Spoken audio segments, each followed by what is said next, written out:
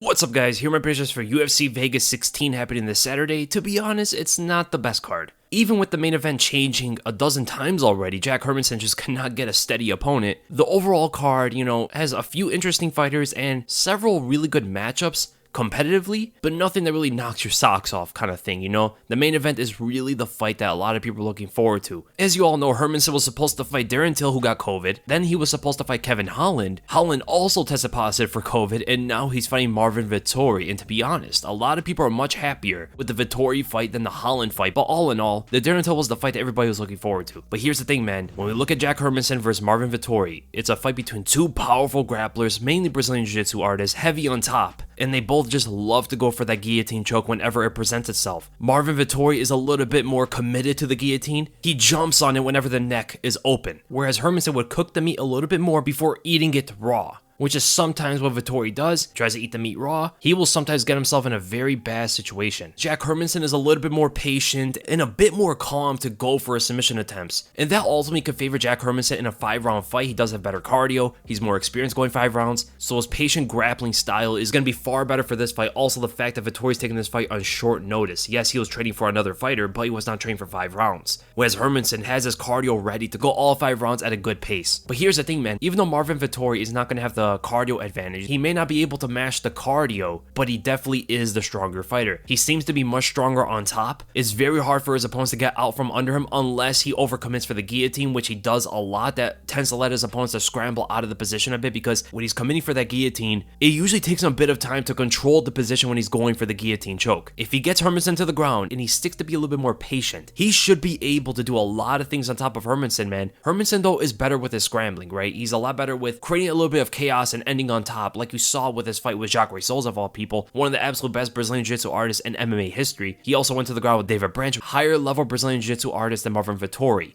and anybody Vittori's really fought, and he was able to scramble with them very effectively. So that is a bit scary for Vittori here if Hermansson proves to be a little bit more slippery on the bottom than anticipated. Because if Vittori cannot hold down Hermansson, his chances of winning this fight greatly plummet. Top control with ground and pound to soften up Hermansson before a mid-round guillotine choke is probably his best way of winning this fight. From striking to grappling, in all aspects, that is Vittori's biggest chance of winning this fight. If he cannot control while being on top, everything else gets thrown out the window, because he's going to get out-grappled by Hermansson, and the fight is going to be mostly stand-up. Now, how do they differ in the striking? They're both not very comfortable strikers, it looks like. If you put it on paper, Hermansson seems to have the better attributes and the better skills overall. He has more variety, he's better at moving, he seems to be more athletic, he's a lot more fluid. Vittori is extremely static, Hermansson's much longer, and he has the volume in his punches that Vittori lacks. Vittori definitely hits harder, and he's far more durable, like crazy more durable than Hermansson is, but everything that you could put on paper, it looks like Hermansson definitely has the advantage on the feet as well as on the ground. But here are the intangibles. One thing they do have in common is they make many mistakes when they're moving forward and when they're moving backwards. When they're kind of sitting in place and going tat for tat with the opponent, they both definitely score in their fights. But when they have to move forward, chase down the opponent a little bit, cut off the ring, or they retreat and try to counterpunch, that's where they tend to make many mistakes. But for some reason, Marvin Vettori does not get paid for it as much as Hermansson does. You could point to that Hermansson is fighting the top caliber of the middleweight division, where Vettori really isn't. But then again, Vettori fought Israel Adesanya for 3 whole rounds, and he also fought good strikers like Carl Robertson, and he was not getting punished for a lot of things he was doing. But Hermansson, as soon as he makes a mistake, he gets countered for it, right? Whether it be not setting up the double like against Jared Cannonier, dropping his long jab against Jack Hermansson, his rather one-dimensional defense moving backwards by just lifting his guard up and not really looking at the punches flying at him when he fought Thiago Santos. The reason why Vittori does not get paid for as much as Hermansson seems to be the fact that he just has better eyes. I say this about a few fighters in the UFC, specifically Khabib Nurmagomedov is someone who has very good eyes. He just sees everything coming at him, right? Vittori has a very similar attribute to him. He has very good natural reflexes when things are coming at him, whereas Hermansson does not. Vittori seems to be a little bit more spontaneous in the fight. He can adapt in the fight and make things work without a game plan. Whereas for Hermansson, it always looks like he's setting up something, he's thinking about something before he does it. Vittori doesn't really think in a fight, he just reacts in fights, whereas it looks like Hermansson is always thinking before he strikes or defends. And if he doesn't have time to think, he gets overwhelmed. He got ambushed and blitzed down by Santos, and he didn't know how to react to any of the shots besides just cover up and move straight backwards, which is very different than his usual lateral movements.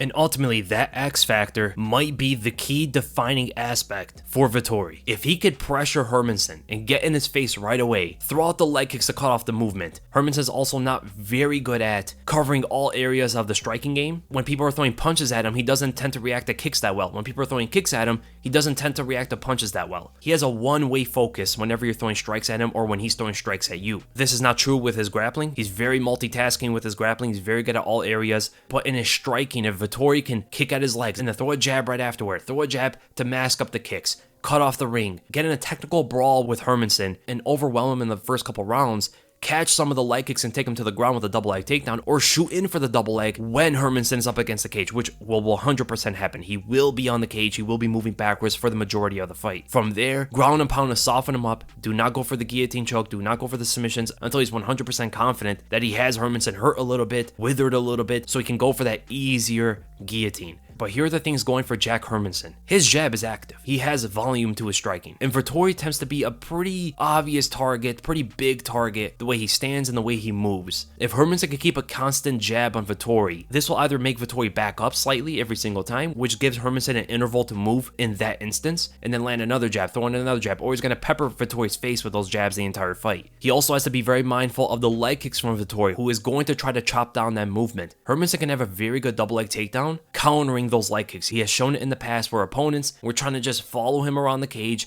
and then they're just throwing leg kicks. They're not really mixing up the striking that much. Just throwing leg kicks and he's able to catch them, take it to the ground, and start to gas off Vittori with great ground and pound. Hermansen seems to be the better top control grappler. He's a lot more calm and his ground and pound is much better than Vittori's. So they both definitely have their ways of winning this fight. So ultimately, my prediction for this fight, I think the safe pick actually is going to be Jack Hermansson. If you're probably going to bet on this fight, I probably look at Hermansson given how much of a underdog he is, the fact that he's more prepared for this fight than Vittori is, and the fact that on paper he has many ways of winning this fight. He's also fought 5 rounds. He's also fought better competition overall. And he definitely has that path to victory by just letting the hands go a bit, letting that jab go a bit, and looking for that leg kick to take him to the ground. Mix up the takedowns with the striking a little bit, and try to outlast and outwork Vittori for the majority of the fight. So no matter who I say is probably going to win this, I do think Jack Hermansson is a lot more of a logical pick in this one. But my official prediction is going to be, I'm also going to go with Jack Hermansson. Now, I do not think this is a one-sided fight, but what I do say is this fight is probably going to be very competitive, especially for the first 3 rounds. The first 3 rounds are going to be defining for this fight. We all know for the 4th and 5th that most likely Hermansson is going to take control, specifically the 5th round. Maybe Vittori surprises us with his cardio, but those first 3 rounds are a bit of a toss-up for me. In fact, I might favor Vittori for the first 2. Second round for sure, I'm favoring Vittori to win that one, because again, he tends to adapt in the fight a little bit better than Hermansson does. But ultimately, I think it's going to go all 5 rounds, and I'm going to go with Jack Hermansson by a decision win. I see him winning 3 rounds out of the 5. I see him winning the 1st, 4th, and 5th rounds. Now let's actually look at the betting odds here. Gabriel Benitez is a big favorite over Justin James. I do think Benitez is going to win, but he is 100% not even a 2-to-1 favorite. He's over a 2-to-1 favorite over James. Movsar Evloev is a 6.5-to-1 favorite over Nate Landwehr. I think he's going to win the fight, but that's an interesting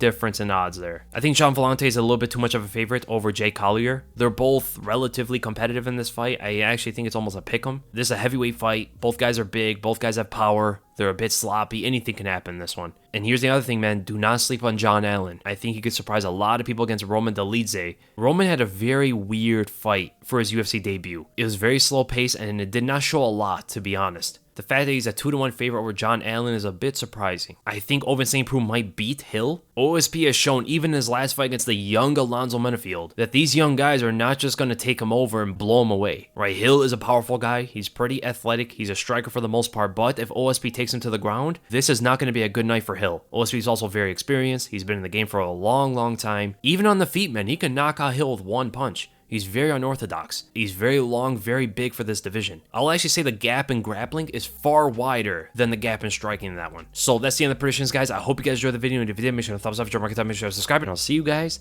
in the next video.